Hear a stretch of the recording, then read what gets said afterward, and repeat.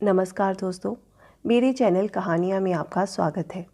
आइए सुनते हैं आज की कहानी एक थी गौरा, जिसके लेखक हैं अमरकांत।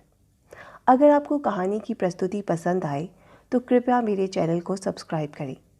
तो आइए कहानी की शुरुआत करते हैं।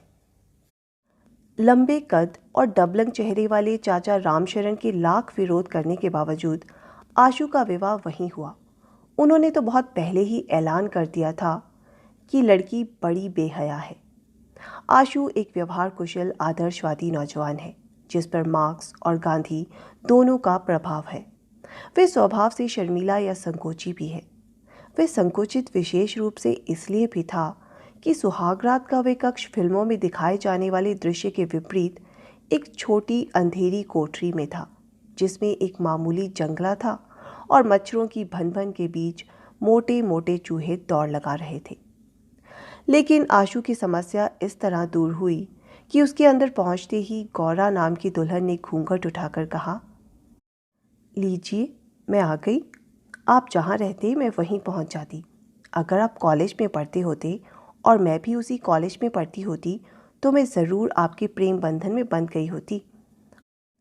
आप अगर इंग्लैंड में पैदा होते तो मैं भी वहाँ ज़रूर किसी न किसी तरह पहुँच जाती। मेरा जन्म तो आपके लिए ही हुआ है। कोई चूहा कहीं से कूदा, खड़खड़ की आवाज़ हुई और उसके कथन में भी व्यवधान पड़ा। वह फिर बोलने लगी, मेरे बाबूजी बड़े सीधे साधे हैं। इतने सीधे हैं कि भूख लगने पर भी किसी से खाना ना मांगे।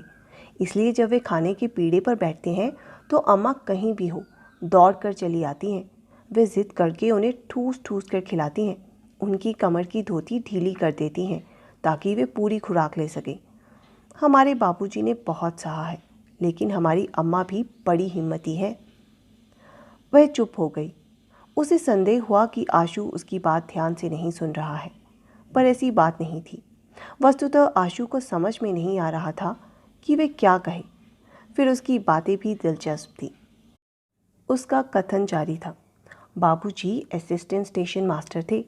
बड़े बाबू दिन में ड्यूटी करते थे और हमारे बाबूजी रात में। एक बार बाबूजी को नींद आ गई। प्लेटफॉर्म पर गाड़ी आकर खड़ी हो गई। गार्ड अंग्रेज था। बाबूजी ने बहुत माफ़ी मांगी, पर वे नहीं माना। ये डिसमिस कर दिए गए। नौकरी छूट गई। गांव में आ गए। खेती बाड़ी बहुत कम होने से दिक्कत होने लगी। बाबूजी ने अपने छोटे भाई के पास लिखा मदद के लिए, तो उन्होंने कुछ फटे कपड़े बच्चों के लिए भेज दिए। ये व्यवहार देखकर बाबूजी रोने लगे। इतना कहकर वह अंधेरे में देखने लगी। आशु भी उसे आंखें फाड़ फाड़ कर देख रहा था। ये क्या कह रही है और क्यों? क्या ये दुख कष्ट बयान करने का मौका है? न शर्म और संकोच, लगातार बोले जा रही है। उसने आगे कहना शुरू किया, लेकिन मैंने बताया था ना, मेरी माँ बड़ी हिम्मती थी। एक दिन वे भैया लोगों को लेकर सबसे बड़े अफसर के यहाँ पहुँच गई। भैया लोग छोटे थे। वे उस समय गई जब अफसर की अंग्रेज़ औरत बाहर बरामदे में बैठी थी। अम्मा का विश्वास था कि औरत ही औरत का दर्द समझ सकती है। अफसर की औरत मना करती रही। कुत्ते भी दौड़ाए, पर अम्मा नहीं मानी और दुखड़ा सुनाया। अंग्रेज़ अफसर की पत्नी ने ध्यान से सब कुछ सुना, फिर बोली, जाओ, हो जाएगा। अम्मा गांव चली आई। कुछ दिन बाद बाबूजी को नौकरी पर बहाल होने के लिए तार भी मिल गया। तार मिलते ही बाबूजी नौकरी ज्वाइन करने के लिए चल पड़े। पानी पिट रहा था उस दिन, पर वे नहीं माने। बारिश में भीगते भीगते स्टेशन के लिए चल पड़े। उनकी रुहेलखंड रेलवे में नियुक्ति हो गई। बनबसा, बरेली, हल्द्वानी, काठगोदाम, लाल कुआं, हम लोग कई बार पहाड़ों पर पैदल ही चढ़ गए हैं।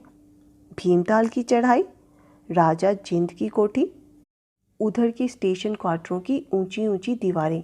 शेर, बाघ, जंगली जानवरों का हमेशा खतरा रहता है। एक बार हम लोग जाड़े में आग ताप रहे थे तो एक बाघ ने हमला किया, लेकिन आग की वजह से हम लोग बाल बाल बच गए। वे इस पार से उस पार कूदकर भाग गया। वे रुककर आशु को देखने लगी, फिर बोली, मैं तभी से बोले जा रही हूँ, आप भी कुछ कहिए। आशु सकपका गया, फिर धीमे से संकोचपूर्वक बोला, मेरे पास कहने को कुछ खास नहीं है। हाँ, मैं लेखक बनना चाहता हूँ। मैं लोगों के दुख दर्द की कहानी लिखना चाहता हूँ, लेकिन मेरे अंदर आत्मविश्वास की कमी है। पता नहीं मैं लिख पाऊँगा कि नहीं। क्यों नहीं लिख पाएंगे? ज़रूर लिखेंगे। मेरी वजह से आपके काम में कोई रुकावट ना होगी। मुझसे जो भी मदद होगी, हो सकेगी, मैं ज़रूर दूंगी। आप निश्चिंत रहिए। मेरे भैया ने कहा है कि तुम्हें अपने पति की हर मदद करनी होगी, जिससे वे अपने रास्ते पर आगे बढ़ सके। मुझे अपने लिए कुछ नहीं चाहिए। आप जो खिलाएंगे और जो पहनाएंगे वह मेरे लिए स्वादिष्ट और मूल्यवान होगा। आप बेफिक्र होकर लिखिए पढ़िए। आपको निरंतर मेरा सहयोग प्राप्त होगा।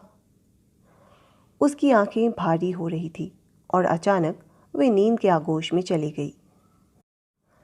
आशु कुछ देर उसके मुखमंडल को देखता रहा। वह सोचने लगा कि गौरा नाम की इस लड़की के साथ उसका जीवन कैसे बीतेगा, लेकिन लाख कोशिश करने पर भी वह सोच नहीं पाया। वह अंधेरे में देखने लगा।